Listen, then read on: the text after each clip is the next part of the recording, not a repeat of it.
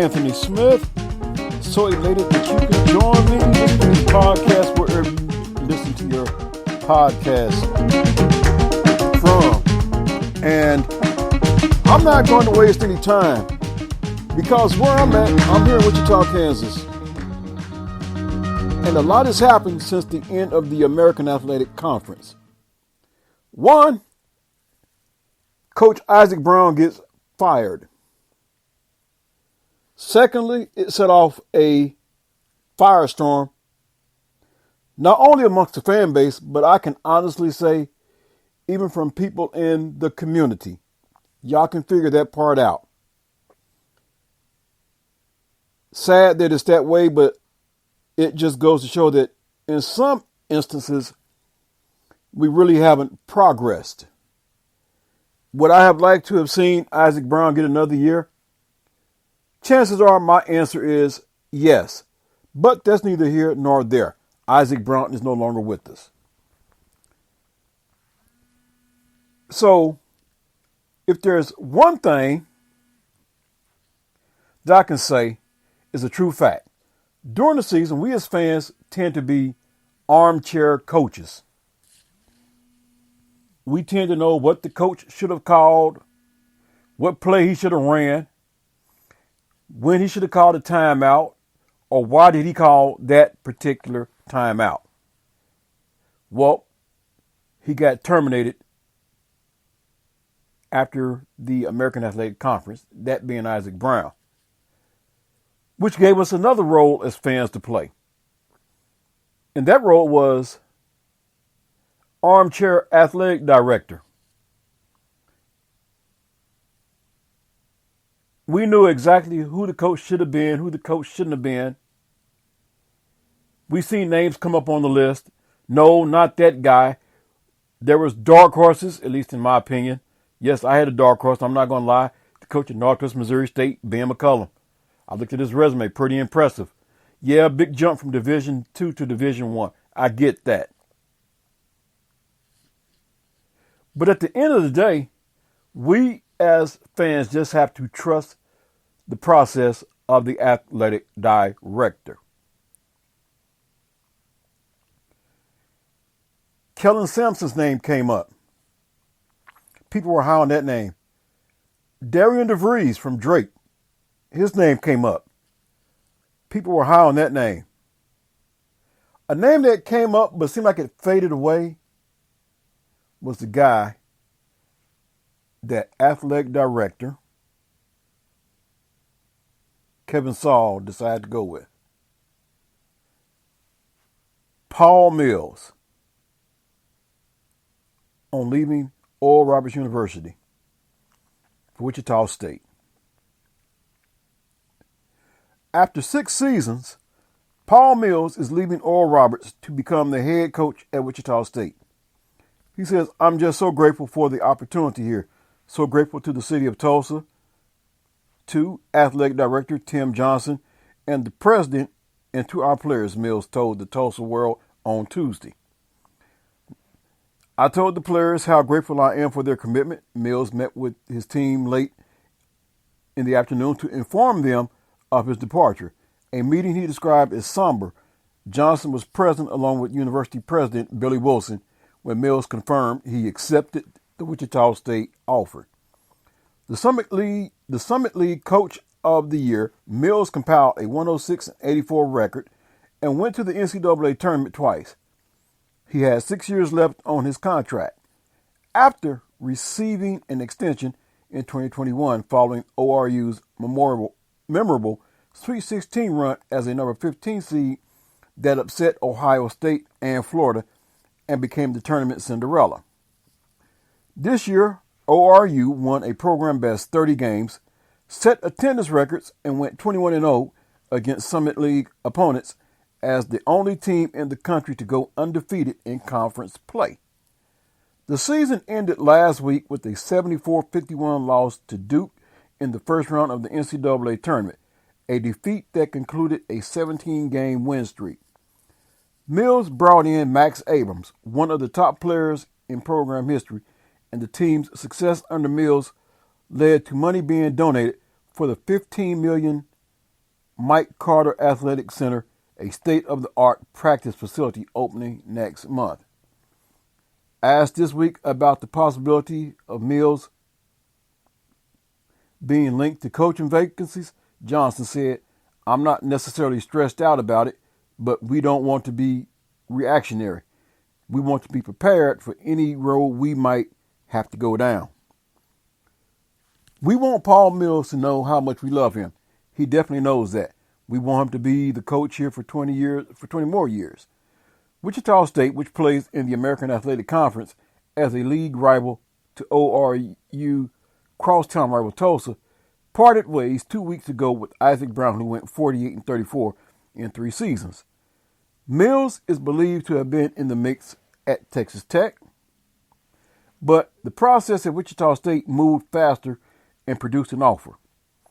The Shockers are a non-football school with a storied basketball program that has made 16 NCAA tournament appearances and twice played in the Final Four, most recently in 2013 under Greg Marshall. That was a goal for Mills at ORU. I tell all these guys, when you recruit them, when you bring them in, we're trying to get a team that's good enough to play in the Final Four, Mills said last week. You've seen it in Wichita State, VCU, Loyola Chicago just a few years ago. Everybody is aware of George Mason, but you are trying to build a program that's good enough to be in a Final Four. A 50-year-old originally from Houston, Mills spent 14 seasons as a Baylor assistant before being hired at ORU in 2017 as a replacement for Scott Sutton. Since day one, Mills was open about his faith, an ideal fit at the Christian University. "We're going to put a good product on the court," Mills said at his introductory news conference. "And as we put this good product on the court, people are going to pay attention to it. Men are going to see this good product, and we are going to praise our Father who is in heaven." So that is the hot story around here in Wichita, Kansas. The hiring of one Paul Mills. So it is confirmed that he has officially left Tulsa. And I'm pretty sure there is more news on this,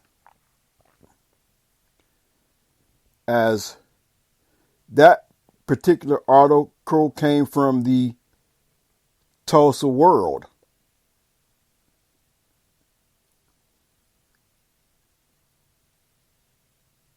The ESPN feed looks like this. Wichita State is expected to hire Oral Roberts, Paul Mills, as its next men's basketball coach, sources told ESPN. Credit to this story is from Jeff Borzello. An official announcement is expected this week. Mills has coached Oral Roberts the past 6 seasons, going 106-84 overall. He guided the Golden Eagles to the NCAA tournament in 2 of the past 3 years, including a Sweet 16 run as a 15 seed in 2021. Oral Roberts beat number 2 seed Ohio State in the first round and number 7 seed Florida in the second, then took Arkansas to the wire before falling 72-70 in the Sweet 16. This season, Oral Roberts went 18-0 in the Summit League, winning both the regular season and conference tournament titles. The Golden Eagles took a 30-4 record into the NCAA tournament before losing to 5th seed Duke in the first round. Prior to taking over at Oral Roberts, Mills was on Scott Drew's staff at Baylor for 14 years.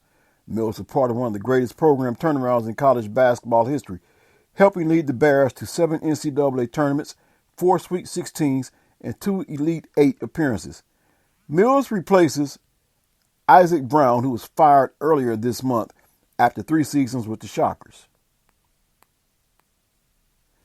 So there you have, once again, the news on Paul Mills, and all indications are showing that he is definitely the new Shocker head man. So what I am going to do right here, I am going to take a break, and for all intents and purposes, I'm going to come back and take a look at who some of the other candidates were. And hopefully I will get feedback as to what you think about what is it you think that each candidate would have brought to the table. I know that's neither here nor there, but it makes for good conversation. Am I satisfied with the Mills hiring? I am. I believe it is a solid hire. Based on his track record, based on what he brought to the table at Oral Roberts University. And keep in mind, Oral Roberts is known for having good seasons here and there, but they're also known for producing good coaches. All they have to do is say, Bill Self. And from what I have seen and heard, Paul Mills even did something that Bill Self didn't do at Oral Roberts University. He won 30 games in the season. On that note, I'll be right back. So don't you go nowhere. You're in the zone with Anthony.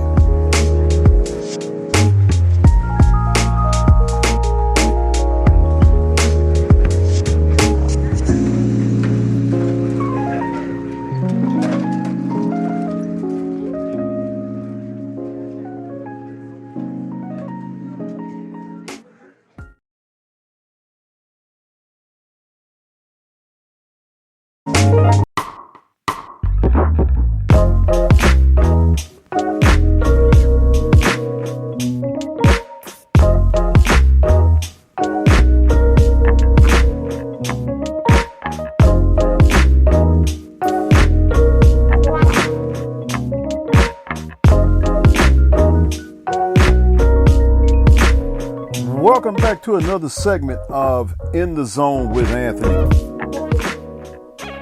I'm telling you, it's been a crazy last 2 weeks ever since the firing of Coach Isaac Brown, and everybody trying to speculate who the coaches would be.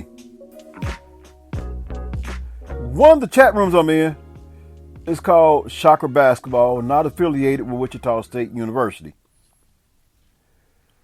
And one of the names I was high on once it was brought to my attention was a guy by the name of Ben McCullum. I'm going to get into a few details. And keep in mind, Ben McCullum, head coach at Northwest Missouri State. His credentials read like this. Head coach prior to the 2009-10 season, 13 seasons. He was named head coach prior to the 2009-2010 season. He's been there 13 seasons. His career record of 334-83, 201-59 in the MIAA, 2022 NABC Division II National Coach of the Year, 5th time most in NABC Division II history, 2021 NABC Division II National Coach of the Year, 2020 NABC Division II National Coach of the Year. 2019, John McClendon, National Coach of the Year, all divisions. 2019 NABC Basketball Times, HoopDirt.com Division II National Coach of the Year. 2019 Kansas City Sports Award Coach of the Year. 2017 NABC and Division II Bulletin Division II National Coach of the Year. You get the picture? There is more to this. 10 MIAA regular season titles, 2012, 2014, 2015, 2016, 2017, 2018, 2019, 2020, 2021, 2022. 6 MIAA tournament titles, 2016, 2017, 2018, 2019, 2020, 2022. You mean someone stopped their reign of terror in 2021? They were on like UCLA plateau.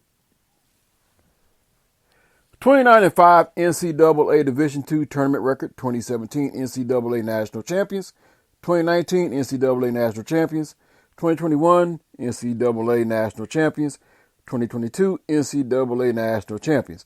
7-time MIAA Coach of the Year, 2012, 2015, 2016, 2017, 2019, 2020, 2021. In 2012 and 2020, he was the Clarence Big House Gaines National Coach of the Year. What are they saying about him?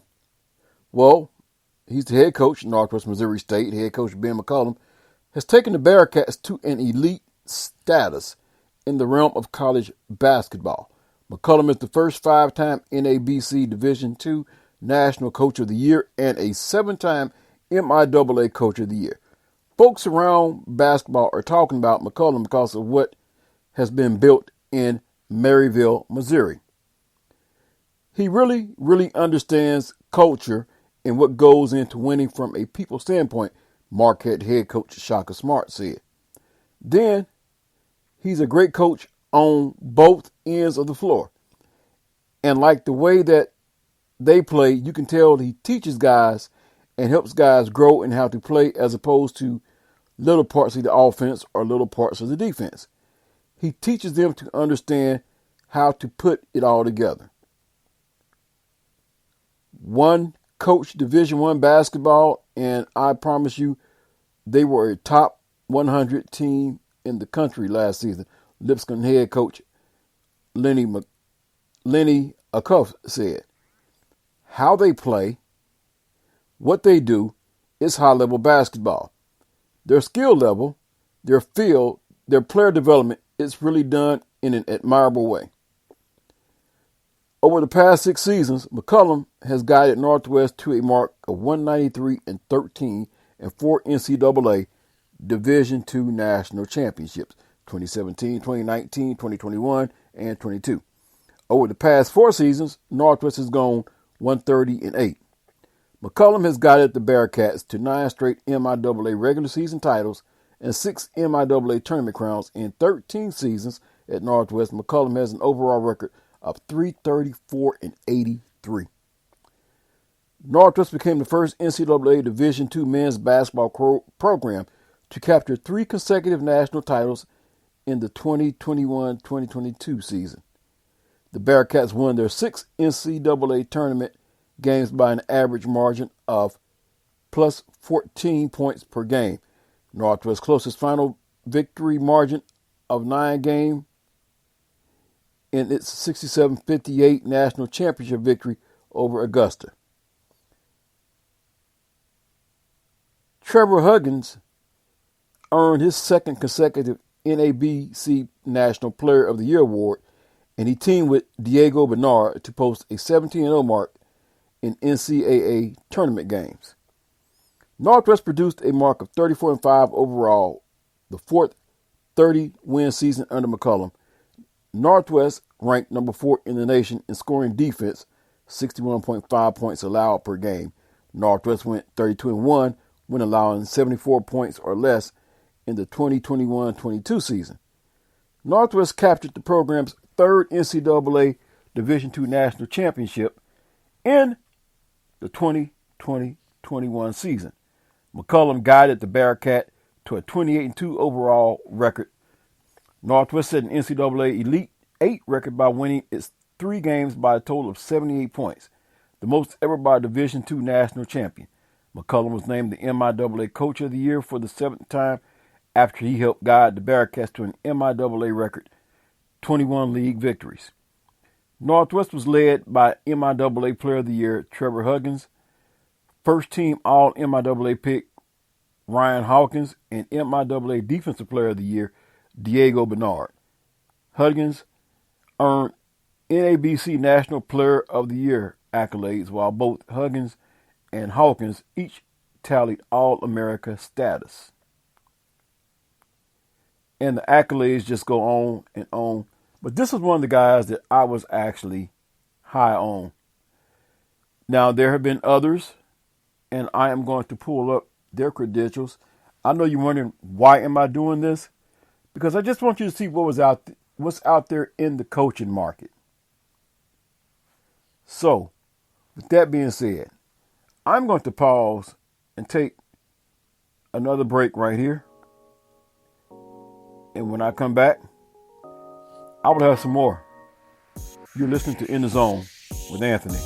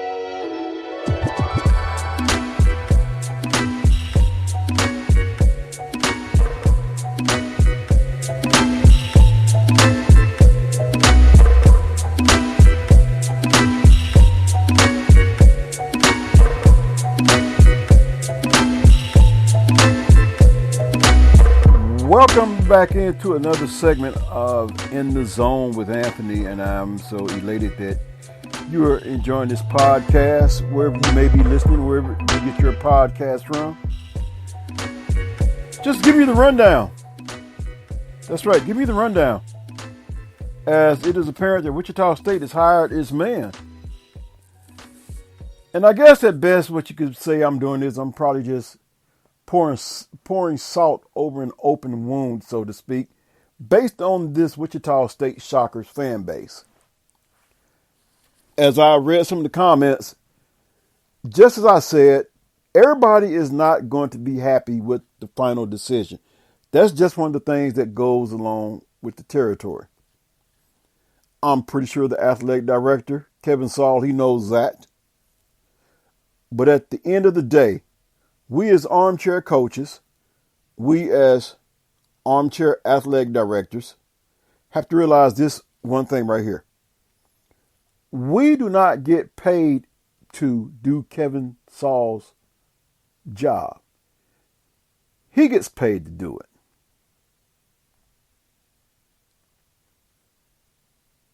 All we're doing is passing time in the chat room, sharing our opinion. And at the end of the day, an opinion is like that thing that you sit on. Everybody has one. It just has a different odor to it. I know you weren't expecting that on a podcast. But hey, sometimes you just have to be real, keep it 115. And that's what I'm doing. Some may not like the way I just laid it out, but it's a fact. I have seen comments in this Shocker chat room that I thought people were ready to fight. I see people telling women to get lost, that you don't know nothing about basketball. It's not that serious. And I'm pretty sure that the person that made that statement will probably hear this podcast, and I'm not doubling down or backing down off of anything I said. It's an opinion of a bunch of Shocker fans that at best we can agree to disagree, but we have our man in tow. So let's just back the athletic director, back the coach, and back those young men that are going to be putting that Shocker uniform on next year. Like I said, I'm just looking at some of the other candidates that were high on the list. One of them in particular, we played against them not too long ago in the NCAA tournament. That's right, Isaac Brown was the coach. Darian DeVries. His record at Drake, 122-48. That's a 71% winning clip. He's a native of Aplington, Iowa. DeVries played collegiately at Northern Iowa. After graduating, he joined Creighton University as a graduate manager in its men's basketball program. After 3 seasons as a graduate manager, DeVries was named assistant coach in 2001. He stayed with Creighton following the departure of Dana Altman and the hire of Greg McDermott. That's a pretty good coach to want to learn up under. DeVries became a head coach for the first time when he accepted the job at former conference rival Drake in March 2018. DeVries' steady hand at the helm of the Bulldogs helped the program start the season with a 9-2 record, the program's best open to a season since 2007 and 2008. The Bulldogs' win over Valparaiso, February 16th, was the team's 20th win of the season to mark the 6th 20-win season in program history. This accomplishment came after inheriting the second fewest returning letter winners in the nation. DeVries' ability as a master tactician was further proven when starting point guard and potential MVC Larry Bird Player of the Year candidate Nick Norton suffered a season-ending knee injury in the first game of the Missouri Valley Conference season.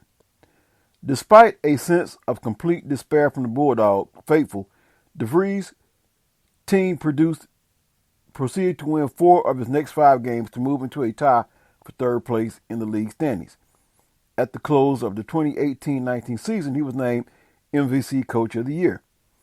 In his next season, DeVries made history as the first coach to lead an 8 seed to a win over the number 1 seed in the Missouri Valley Conference Tournament, Arch Madness, trouncing UNI 77-56. DeVries' success at Drake continued in the 2021 season, where he took the team to an 18-0 start, which included the Bulldogs' inclusion in the AP Top 25 poll. After losing 2 of their top players to injury, DeVries once again showed his masterful hand at leading Drake to their first at-large NCAA tournament bid in years and their first NCAA tournament win in 50 years to the day, with a win over former Valley foe Wichita State. DeVries was also named MVC Coach of the Year for the second time in 3 years. In March 2021, DeVries signed an 8-year contract extension with Drake, keeping him in Des Moines, Iowa through the 2028-29 season.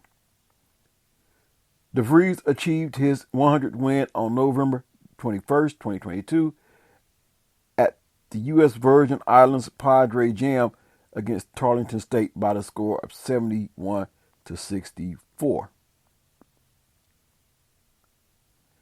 So just a little bit on one of the other candidates who was high on the list of fans of Wichita State. I'm sure he was on the list of Kevin Saul, athletic director at Wichita State as well too. But at the end of the day, we just have to trust that, 1, Kevin Saul made the right decision. 2, Paul Mills will do what it takes to bring this program back up to prominence and keep us in the national spotlight. And in saying keep us in the national spotlight, it's not like Wichita State has really fallen off as some would think. Think about this. Louisville went like 4-22 this past year. Louisville is a program with a storied history, more storied than Wichita State. That's what you call falling off the map. But yet, I'm pretty sure there's some relevancy with Louisville, as national writers and media personnel are like, what is it going to take to turn that program around? Well, last I checked, over the last few years at Wichita State, no, we have not been winning at the clip that we were accustomed to winning, but we didn't bottom out. If I were to name some coaching errors, Isaac Brown was a much better than those errors that we had to endure. Scott Thompson, Mike Cohen. It doesn't get worse than that. And you have to take money out of the equation. Yes, I understand these guys weren't getting paid $1 to $3 million a year. I understand that. But basketball is still basketball. Win, lose, draw. At the end of the day, you want a winning product on the field. If y'all could support a Scott Thompson, because y'all were still drawing 7,000 strong. Mike Cohen, Randy Smithson. Surely y'all could have did a better job supporting Isaac Brown and the Shockers, because at the end of the day, whether you like the coach or not, you're still cheering for those young men that put on that uniform that says Wichita State. We are shocker proud. Well, that is going to do it for me for this